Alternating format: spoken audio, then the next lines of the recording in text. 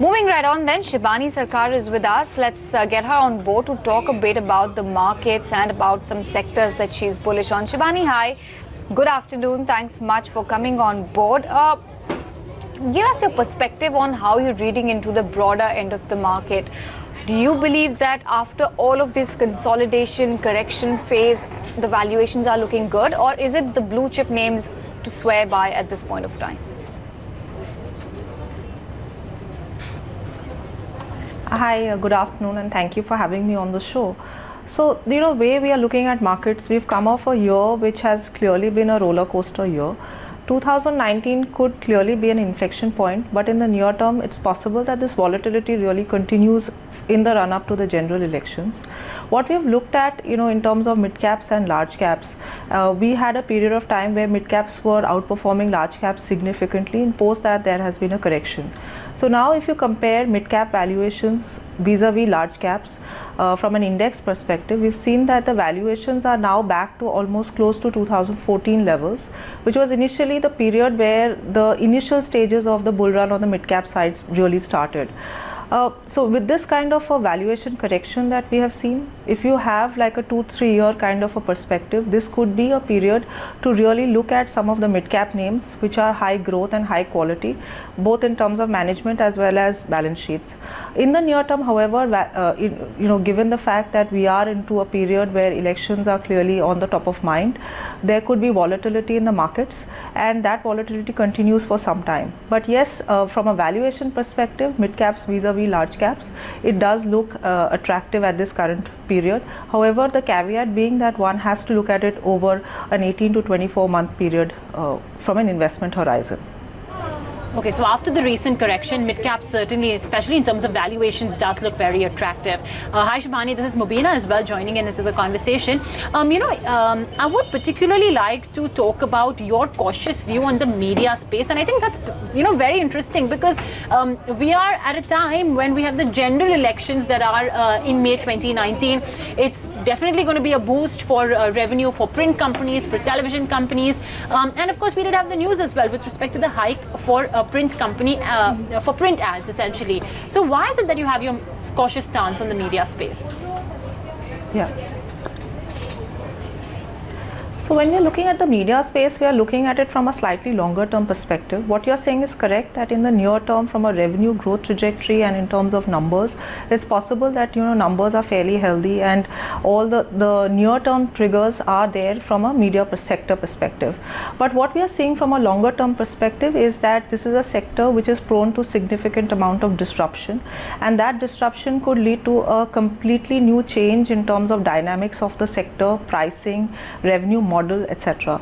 And that disruption we believe is coming, and therefore while near-term trajectory on revenue growth as well as numbers could be still healthy, if you look at it from a slightly longer-term perspective, clearly the sector, like what we saw in case of telecom, is likely to undergo a significant amount of disruption, especially with one challenger coming into this space, and the entire model is likely to undergo a change, which is why at this point in time, even though near-term trajectory could be fairly healthy and strong, from a longer-term perspective, on a structural basis, we believe that we are cautious on the sector, and that's what's really reflecting across our portfolios.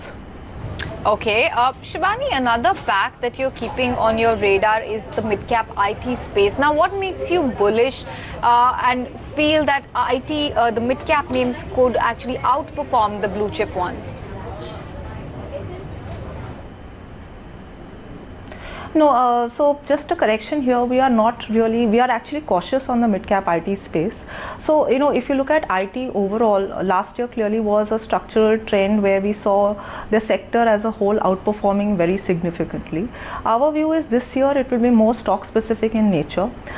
Vis-a-vis mid-caps, large caps actually appear to be better placed this time around. Mid-caps saw significant outperformance to growth vis-a-vis the large caps last year, which is what led to their outperformance as well.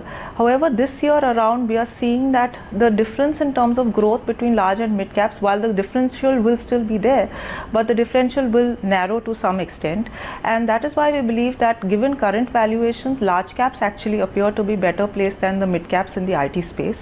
From a revenue perspective, there are clearly, there are two sides to the coin. One is that you are worried on the what's happening on the US macro front, where there is a possibility that GDP growth slows down, and that translates into some lower spend.